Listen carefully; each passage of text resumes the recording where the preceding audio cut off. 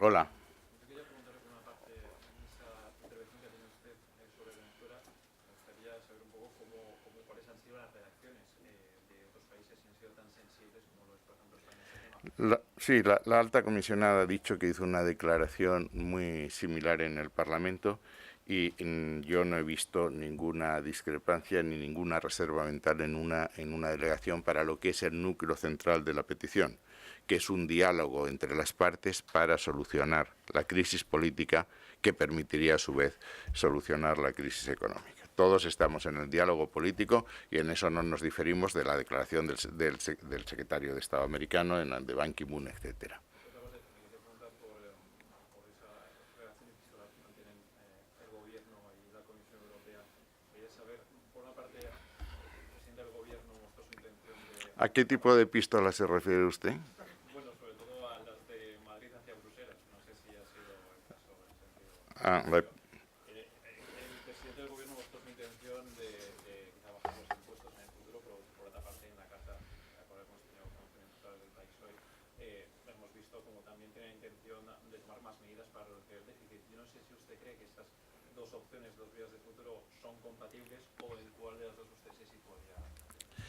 Vamos a ver, no es la primera vez que contesto a esto lo he escrito en circunstancias que no afectan a España. Por tanto, lo que estoy diciendo aquí no es una defensa a petición de parte, es lo que realmente creo. La primera constatación es que los objetivos del déficit se fijaron en el año 2014 y que la situación en 2016 ha cambiado.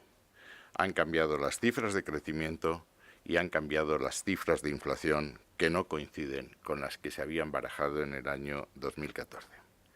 Esos cambios determinan que haya que cambiar también los objetivos de déficit, por algo tan antiguo como la cláusula ceteris paribus, que explicó muy bien Keynes cuando decía, cuando las circunstancias cambian, yo cambio de opinión, ¿y usted qué hace? Segundo lugar, España ha hecho un esfuerzo de consolidación fiscal extraordinariamente notable. Hemos logrado bajar el déficit de un 9% a un 5% en el medio de una enorme recesión. Como usted sabe, la recesión dispara los llamados estabilizadores automáticos. En román paladino quiere decir que cae la recaudación impositiva y que aumentan los gastos sociales como consecuencia del aumento de las prestaciones de desempleo. Por tanto, no parece lógico que a España se le aplique un criterio excesivamente rígido. En este tema, si antes he citado a Keynes, ahora citaría a Aristóteles en la Ética a Nicómaco, cuando dice literalmente, y creo que es aplicable, no está en la carta, pero podría estar, cuando la ley dispone de una manera general y en los casos particulares hay algo excepcional, entonces, viendo que el legislador calla por haber hablado en términos absolutos, es imprescindible corregirle y suplir su silencio y hablar en su lugar como él mismo lo haría si estuviera presente, es decir, haciendo la ley como él la habría hecho si hubiera podido conocer los casos particulares de que se trata. Teniendo en cuenta el esfuerzo que hemos hecho en este tema, me parece lógico el que la Comisión tenga en cuenta nuestras circunstancias excepcionales al aplicar la Ley General del Pacto de Estabilidad. Cuanto a la política general de la Unión Europea, y me refiero ahora a la Unión Europea, la constatación de hecho es que la zona euro ha crecido menos que cualquiera de las otras grandes áreas con las que compite, lo cual nos obliga a examinar qué es lo que ha pasado. Estaremos todos de acuerdo en que la política monetaria ha sido menos expansiva que las de otras áreas, que la Reserva Federal, el Banco de Inglaterra o el Banco de Japón, y que la política presupuestaria, las perspectivas financieras, por primera vez en la historia, son más modestas que las perspectivas financieras que viene a sustituir. Si eso es así, y el tercer hecho es que la política monetaria se está agotando, nos estamos quedando sin pólvora, los tipos de interés no se pueden bajar más, es verdad que se puede seguir comprando deuda pública y deuda privada, pero tiene límites, quiere decir que algo habría que hacer. Y hay países, me estoy refiriendo en concreto a Alemania, que tienen un superávit comercial y un superávit fiscal que aconsejaría que hiciesen un esfuerzo mayor en la demanda interna, tanto en consumo como en inversión, lo cual determinaría unas posibilidades de crecimiento mayores para los otros países.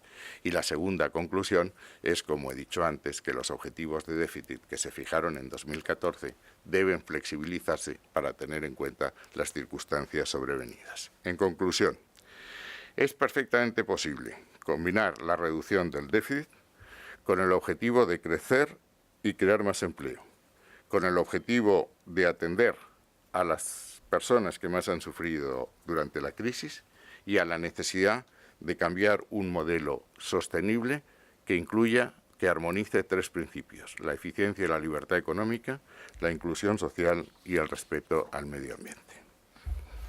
Sobre Venezuela yo tenía dos preguntas. La primera, dice que la Unión Europea no puede permanecer ajena, que tiene que hacer un llamamiento al diálogo político, pero hacemos un llamamiento al diálogo político en un país donde no ha habido diálogo político entre los dos bandos durante los últimos 10 años. A ver, si lo hubiese habido no había que hacer un llamamiento. ¿Va a haber algo más concreto? Por ejemplo, usted lo ha puesto en el debate introductorio, pero tampoco hay conclusiones ni debate. No estaba previsto, es que no estaba previsto que hubiese conclusiones. Podrá estar en un consejo futuro, pero lo que la alta comisión ha hecho en el Parlamento, y creo que hará en rueda de prensa, en todo caso ya lo ha hecho en el Parlamento, en expresar la grave preocupación que tenemos sobre la situación en Venezuela y, en segundo lugar, llamar a un diálogo inclusivo, constructivo entre las dos partes, que acabe con el bloqueo constitucional y que permita atender a la crisis humanitaria. Insisto, la crisis cosa a la que España se ha brindado desde hace mucho tiempo. Y luego una segunda cosa, esta mañana usted decía que el presidente Rodrigo Zapatero le había dicho que el referéndum revocatorio no era la única de las soluciones.